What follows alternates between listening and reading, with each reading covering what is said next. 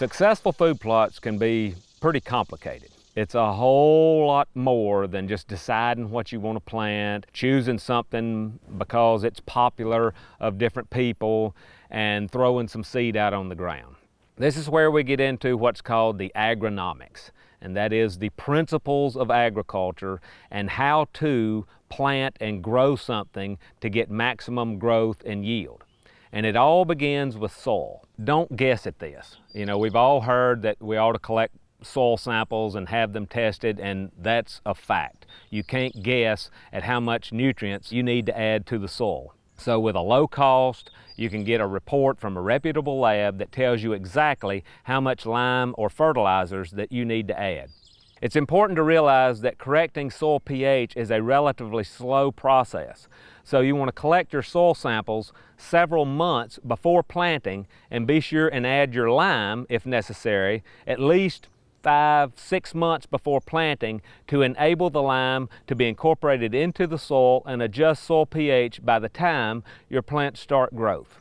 There are many types of fertilizers available. Again, all I can say is refer back to your soil test, pay attention to what it recommends, and apply that. On a fertilizer bag, of course, you're going to have 3 numbers on it, and those numbers refer to the first one, the amount of nitrogen, the second one, the amount of phosphate, which provides phosphorus, and the third number relates to the amount of potash, which relates to the amount of potassium that is in that bag. And so in a bag of triple 15, for example, 15% of the bag would be nitrogen, 15% of the bag would be phosphate, and 15% of the bag would be potash fertilizer.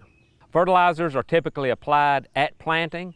However, you can fertilize the plot as it's growing, which obviously is very important for perennial plots. And also, even for some annual plots, it's important to have what we call split applications. So you might fertilize the plot when you plant it, but then provide whatever the soil test calls for in spring in a perennial plot, even though the plot is 3 years old. So split applications are very common. However, fertilizers typically are applied initially, of course, when you plant the food plot. 2 primary ways of establishing food plots is either through what we call no-till planting or through conventional tillage. No-till planting is highly recommended when you can, because that helps increase the organic material that then, upon decomposition, turns into organic matter, helping to build topsoil and ultimately reducing the need for fertilization. It also helps with water infiltration and reduces sedimentation from the plot. That being said, if you can't plant via no-till, it doesn't mean that you're a bad person if you're still using conventional tillage. There are thousands of highly productive food plots planted and managed each year through conventional tillage.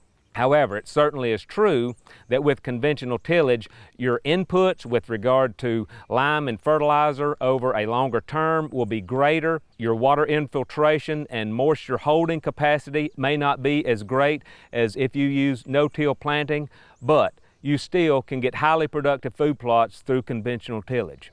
The seed bed preparation is very important. Don't overlook this critical step. Of course, if you're using no-till, the most successful method will be to use the correct herbicide with regard to controlling competition. So again, if you're planting via no-till or conventionally, then you're still tasked with thinking about, when do I plant? Annual cool season crops would be planted in late summer, early fall. Annual warm season plots would be planted in spring or early summer. And perennial plots are oftentimes planted in late summer or in mid to late winter, such as February, March, according to your location. And of course, perennial forages often are frost seeded at that time of year, which is another technique that can be very productive. So thinking about what types of plants you are planting certainly influence when you're planting them.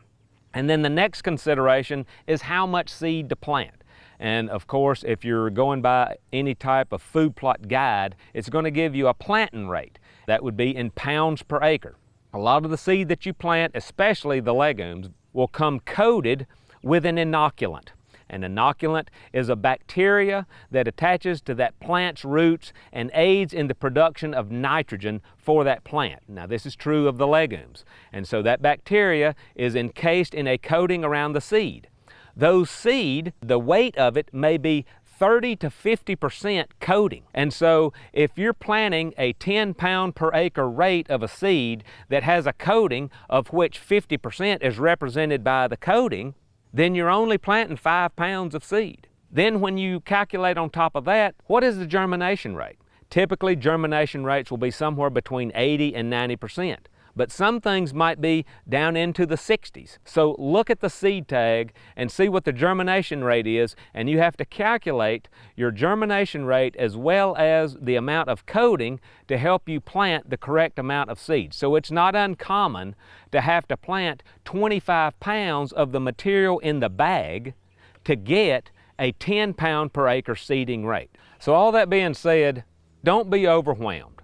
Yes, it can be complicated, but with just an hour or two of reading up on some of these things, thinking about when to plant, what you're planting, the seeding rate, the seeding depth, considerations for no-till versus conventional, you will be much more successful and much happier with the result than if you just clear an area and go out there and scatter some seed.